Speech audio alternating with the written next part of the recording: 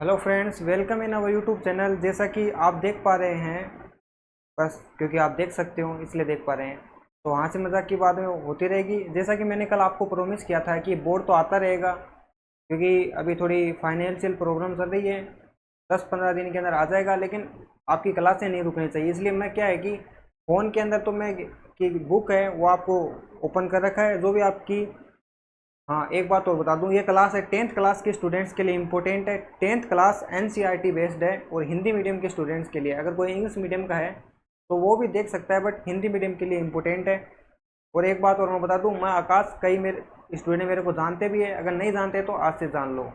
और एक बात और, अगर आप सच में तैयारी करना चाहते हो, अगर साइंस अगर आपको वीक लगती है, आप साइंस के अंदर कमज़ोर हो, तो इस चैनल से आप जुड़ जाओ।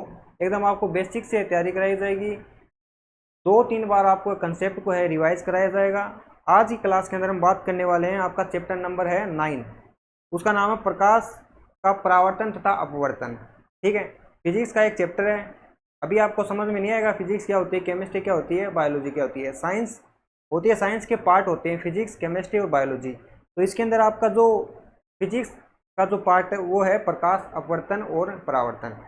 तो इसके लिए आपको सबसे पहले क्या करना है, एक बार तो इस वीडियो को लाइक कर देना है और चैनल को हमारे को सब्सक्राइब कर लेना। कमेंट के अंदर है आप बताना कि कोई वॉइस के अंदर प्रॉब्लम आ रही है या कोई वीडियो के अंदर कोई प्रॉब्लम आ रही है। हाँ, थोड़ा बहुत क्वालिटी का प्रॉब्लम हो सकता है, क्योंकि फ़ोन है कोई ये अल्ट्रा वाला नहीं है मेरे पास, 1.5 लाख वाला आईफोन नहीं है, तो थोड़ा क्वालिटी कम हो सकता है। अगर वॉइस के अंदर कोई प्रॉब्लम आ रही है तो आप बता सकते हैं, ठीक है। और यहाँ पर कंसेप्ट आपको पूरा मिलेगा। तो बुक आप निकाल लो, अगर किसी स्टूडेंट के पास बुक नहीं है तो बुक नहीं है तो लेके आ जाओ, और है तो वो निकाल लो। चैप्टर नंबर 9 है। पेज नंबर आपका मैं बता देता हूँ, पेज नंबर आपका 149, 149। ठीक है। एक बात और, इस क्लास के जो भी नोट्स है, अभी देखो बोर्ड नहीं है बट नोट्स मैंने बनाई है। नोट्स जब भी आपका पूरा चैप्टर कंप्लीट हो जाएगा 9 का, तब आपको जो नोट्स है वो पीडीएफ है आपको टेलीग्राम चैनल के ऊपर मिल जाएगी। और टेलीग्राम चैनल है, मैं आपको थोड़े दिन बाद में बता दूंगा कि टेलीग्राम चैनल का नाम क्या है, उसका लिंक है वो सभी डिस्क्रिप्शन के अंदर दे दूंगा मैं। जब भी 9 का चैप्टर खत्म होएगा तब दे दूंगा। तो आप जल्दी से निकाल लो। तो हम स्टार्ट करते हैं। हम इस संसार में, तो देखो चैप्टर का नाम क्या है, सबसे पहले तो आप ये इंपॉर्टेंट कर लो कि नोट कर लो बात। चैप्टर का नाम है प्रकाश का परावर्तन तथा अपवर्तन। तो ज़्यादा प्रोबेबिलिटी होती है कि जो चैप्टर का नाम होता है उससे रिलेटेड ही क्वेश्चन आ जाते हैं। प्रकाश के बारे में पूछ लेगा, अपवर्तन क्या होता है, परावर्तन क्या होता है, इनके बारे में पूछ लेगा। तो ये तीन ही चीज़ें इंपॉर्टेंट है। तो सबसे पहले प्रकाश की बात कही गई इसके अंदर, कि हम इस संसार में अपने चारों ओर अनेक प्रकार की वस्तुएं देखते हैं। ठीक है। प्रकाश का यूज क्या है, अब मान लो अगर लाइट सभी बंद कर दिए जाएं तो क्या मैं आपको दिखूंगा? नहीं दिखूंगा। अंधेरे कमरे के अंदर हम किसी भी प्रकार की वस्तु को नहीं देख पाते हैं। क्यों नहीं देख पाते हैं? प्रकाश नहीं है इसलिए नहीं देख पाते हैं। जब भी प्रकाश सूर्य की किरण से या किसी भी बल्ब से जो भी किरणों के रूप में प्रकाश आता है और वो किसी चीज़ के ऊपर पड़ता है, ठीक है, पानी का गिलास है उसके ऊपर प्रकाश गिरता है और वहाँ से टकरा कर हमारी आंखों के अंदर वो प्रकाश आता है और अपने को वो वस्तु दिखाई देती है। तो प्रकाश का ये यूज है पहले तो, ठीक है। तो हम इस संसार में अपने चारों ओर अनेक प्रकार की वस्तुएं देखते हैं। किसी अंधेरे कमरे में हम कुछ भी देखने में असमर्थ है, क्योंकि अंधेरे कमरे के अंदर प्रकाश नहीं होता, इसलिए हम नहीं देख पाते हैं। कमरे को प्रकाशित करने पर चीज़ें दिखलाई देने लगती है। क्या वह क्या है जो वस्तुओं को दृश्यमान बनाता है? दिन के समय सूर्य का प्रकाश वस्तुओं को देखने में हमारी सहायता करता है। कोई वस्तु उस पर पड़ने वाले प्रकाश, देखो यार पूरा पैराग्राफ पढ़ लो, ठीक है, लेकिन आपको जो इसका इंपॉर्टेंट नोट्स है वो आपको बता देता हूँ। यहाँ पर प्रकाश क्या है सिंपल लैंग्वेज के अंदर आप समझ लो। हम संसार में अनेक प्रकार की वस्तुएं देखते हैं जिनको देखने के लिए प्रकाश अत्यंत आवश्यक है। हम अंधेरे कमरे में नहीं देख पाते। क्यों नहीं देख पाते हैं? प्रकाश नहीं होता है, ठीक है। जब प्रकाश किसी वस्तु पर गिरता है तो उससे टकराकर किरणें हमारी आंखों की तरफ आती है तथा स्पष्ट दिखाई देती है। समझ में आ रहा है आपको? ये जो भी नोट्स मैंने बनाए हैं हाथ से खुद से लिख कर बनाए हैं। जब भी चैप्टर कंप्लीट हो जाएगा आपको फ्री के अंदर है ये सभी के सभी नोट्स की जो भी पीडीएफ है वो आपको प्रोवाइड कर दूंगा मैं टेलीग्राम चैनल के ऊपर। नेक्स्ट पॉइंट हमारा आता है यहाँ पर, देखो प्रकाश किरण। यहाँ पर आपको ब्लैक के अंदर दिख रहा होगा, बोल्ड हुआ प्रकाश किरण। तो प्रकाश किरण क्या है, एक बार तो हम इसको पढ़ लेते हैं। हमारे चारों ओर कुछ सामान्य प्रकाशिक घटना परिघटनाओं को देख कर हम यह निष्कर्ष निकाल सकते हैं कि प्रकाश सरल रेखाओं में गमन करता प्रतीत होता है और एक छोटा प्रकाश स्रोत किसी अपारदर्शी वस्तु की तीक्ष्ण छाया बनाता है। प्रकाश के एक सरल रेखीय पथ की ओर इंगित करता है। ये आप पढ़ लो, सिंपल जो इम्पोर्टेंट चीज़ है वो सुन लो आप।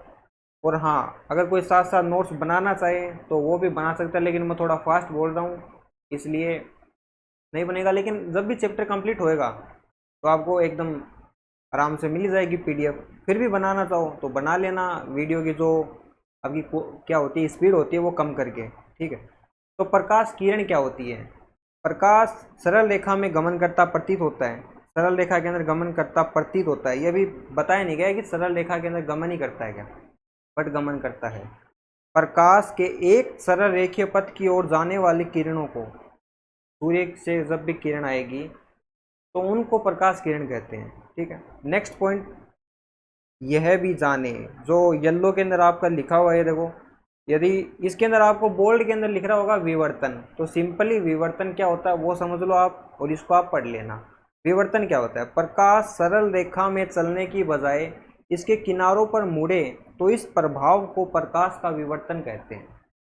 अब जब कोई भी प्रकाश है सरल रेखा में गमन करने की बजाय किनारों से मुड़ जाता है तो प्रकाश का जो मुड़ना किनारों से, वही प्रकाश का विवर्तन कहलाता है। ये इंपॉर्टेंट चीज़ है जो भी मैं आपको बता रहा हूँ, ठीक है। फिर हमारा नेक्स्ट पॉइंट अब ये बोल रहा है कि इस अध्याय में हम प्रकाश के परावर्तन अपवर्तन, ये मैंने बता दिया आपको कि इस चैप्टर के अंदर हम क्या पढ़ेंगे। प्रकाश के बारे में पढ़ेंगे, अपवर्तन पढ़ेंगे, परावर्तन पढ़ेंगे। और परावर्तन किन किन के अंदर होता है, जैसे गोलीय दर्पण, इन सभी के बारे में पढ़ेंगे, प्रतिबिंब, बिंब, सभी के बारे में। तो सबसे पहला पॉइंट आता है प्रकाश का परावर्तन। ये थोड़ा कैमरा हिल रहा है, थोड़ा कंप्रोमाइज कर लो। प्रकाश का परावर्तन, ठीक है। सबसे पहला पॉइंट ये आता है। तो बुक की लैंग्वेज के अंदर पढ़ते हैं, फिर मैं मेरे नोट्स के ऊपर आ जाऊंगा। और एक बार कमेंट के अंदर बता देना कि बुक से पूरा पढ़ूं उसके बाद मैं मेरे नोट्स के ऊपर आऊं या फिर डायरेक्ट सीधा नोट्स के ऊपर आऊं। एक बार कमेंट कर देना आप, ताकि मैं अगले वीडियो के अंदर सीधा मेरे नोट्स से ही पढ़ा दूंगा आपको, ठीक है। एक बार कमेंट जरूर कर देना। तो फिलहाल तो हम बुक से और नोट से दोनों से पढ़ते हैं। उच्च कोटि की पॉलिश किया हुआ प्रश्न। एक बात और सुन लो, अभी क्या है कि लाइव क्लास अगर होती तो जब भी आप कमेंट करते तो मैं अभी के अभी आप कमेंट करते, मान लो कि सर आपके नोट्स से पढ़ाऊँ, ठीक है, तो मैं डायरेक्ट मेरे नोट से पढ़ा लेता अभी के अभी कमेंट देखकर।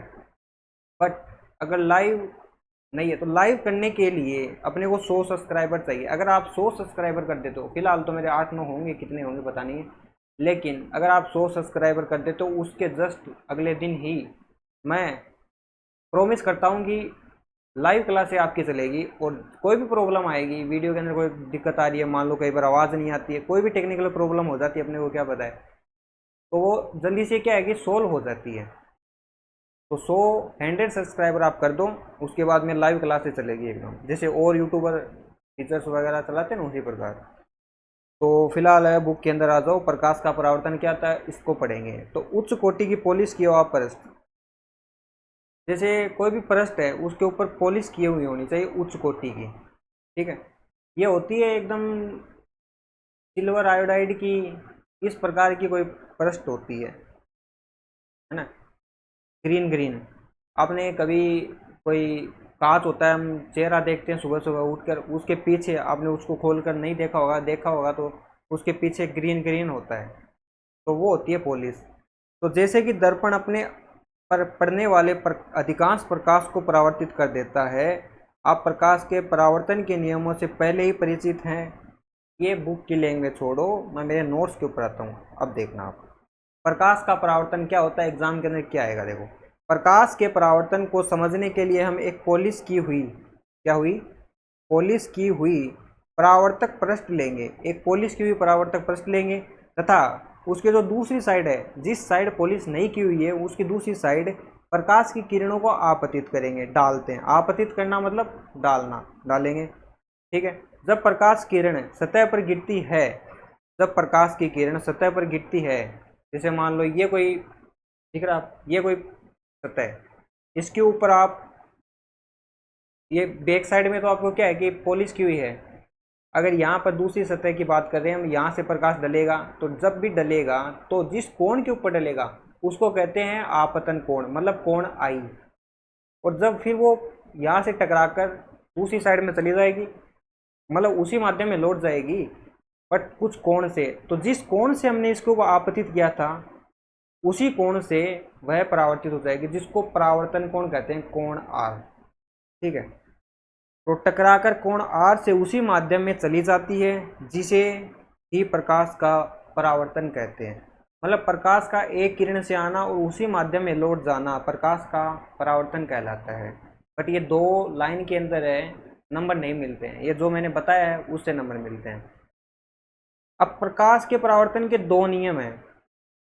ठीक है, पहले भी पढ़ा था, फिर भी पढ़ लेते हैं, और ये आपके 12 तक चलते रहेंगे। ठीक है, तो आपतन कोण आई बराबर परावर्तन कोण आर। जो भी मैंने बताया था आपको, थ्योरी के अंदर बता दिया अभी अभी, कि जिस कोण से हम आपतित करते हैं किरण को उसी कोण से वो वापस चली जाती है, तो कोण आई बराबर कोण आर। नेक्स्ट जो दूसरा नियम है वो क्या है, आपतित किरण, परावर्तित किरण तथा अभिलंब तीनों एक ही तल में होते हैं। जैसे मान लो यहाँ पर कोई अभिलंब है 90 डिग्री के कोण पे होता है, यह आपतित कोण, परावर्तित कोण, तो ये सभी एक ही पॉइंट बिंदु पर होते हैं, जिसे एक ही तल कहते हैं। ठीक है, आपतित किरण, परावर्तित किरण और अभिलंब ये तीनों एक ही तल पर होते हैं। अभी तक जिसने भी वीडियो को लाइक नहीं किया है एक बार वीडियो को लाइक कर दें। ठीक है, और ये आपका जो डायग्राम है, तो मैं बोर्ड रहता तो आपको डायग्राम से समझा भी देता, बट फिलहाल नहीं है। फिर नेक्स्ट पॉइंट आता है हमारा समतल दर्पण। ये हमने 8th क्लास के अंदर पढ़ा था, अब जिसने नहीं ध्यान दिया था तो अब ध्यान दे लो। समतल दर्पण क्या होता है, वही होता है जब आप सुबह नहा धोकर और अपना बाल संवारने के लिए कांच के अंदर देखते हो, चेहरा शीशे के अंदर देखते हो, निखारते हो अपने आप को, तो वो होता है समतल दर्पण। तो घर के अंदर यूज होने वाला शीशा जिसमें हम रोज सुबह अपना चेहरा देखते हो समतल दर्पण होता है। ये कोई नहीं पूछता है, बट इसके जो प्रॉपर्टीज क्या हैं, गुण क्या हैं, वो एग्जाम के अंदर आते हैं। तो सबसे पहला पॉइंट आता है कि समतल दर्पण द्वारा बना प्रतिबिंब सदैव आभासी तथा सीधा होता है।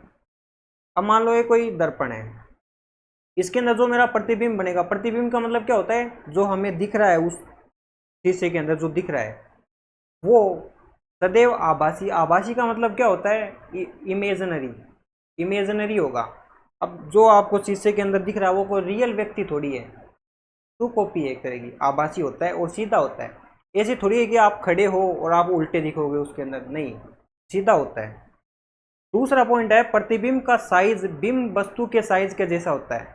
अब जितना हमारा साइज है उतना ही साइज उस मिरर के अंदर दिखेगा। ठीक है, दर्पण के अंदर दिखेगा एकदम सेम साइज का। तीसरा पॉइंट है प्रतिबिंब दर्पण के पीछे उतनी दूरी पर बनता है जितनी दूरी पर दर्पण के सामने बिंब रखा हो। मतलब यहाँ से मैं इतनी दूरी पर हूँ, मान लो 1 मीटर की दूरी पर हूँ इस दर्पण से, तो वो 1 मीटर आगे बनेगा दर्पण के अंदर, देखो आपको देखने पर पता चलेगा, तो उतनी दूरी पर बनेगा। चौथा पॉइंट है प्रतिबिंब पार्श्व परिवर्तित होता है, मतलब उल्टा बनता है, मतलब ऐसे उल्टा नहीं बनता है, पार्श्व परिवर्तित। अगर मैं कुछ भी यहाँ पर मतलब लिखता हूँ तो वो उसके अंदर अपने को उल्टा दिखेगा। ठीक है, मतलब मिरर बन जाएगा, मिरर इमेज। ठीक है, इसी कारण से जो एम्बुलेंस होता है उसके आगे जो एम्बुलेंस की जो स्पेलिंग होती है वो एकदम उल्टी करके लिखी होती है, ताकि तुम अगले आगे चलने वाला जो भी वाहन है, मोटरसाइकिल पर जा रहा है, कार के अंदर जा रहा है, तो उसके जो मिरर, साइड मिरर के अंदर जो एम्बुलेंस वो लिखा हुआ है वो सही तरीके से दिखे, इसलिए लिखा होता है। तो यहाँ पर हम समतल दर्पण के बारे में आज तक ये क्लास है समतल दर्पण तक की है। नेक्स्ट क्लास के अंदर हम बात करेंगे गोलीय दर्पण की, दर्पण कितने प्रकार के होते हैं और गोलीय दर्पण क्या है, इन सभी की बात है हम नेक्स्ट चैप्टर, नेक्स्ट पार्ट के अंदर करेंगे। अभी ये चैप्टर आपका कंप्लीट नहीं हुआ है। ठीक है, 4-5 दिन लग जाएंगे और पता नहीं जल्दी भी हो जाए। तो मिलते हैं नेक्स्ट वीडियो में। जाने से पहले एक बार और बोल रहा हूँ कि चैनल को सब्सक्राइब कर लेना, ताकि जो नेक्स्ट पार्ट आपको जब भी मैं अपलोड करूँ तभी आपको मिल जाए। ठीक है, और जाने से पहले एक बार और बोल रहा हूँ, लाइक कर दो और चैनल को सब्सक्राइब कर लो, और हाँ कमेंट के अंदर है रेड दिल है बता देना, सेंड कर देना। मिलते हैं नेक्स्ट वीडियो के अंदर।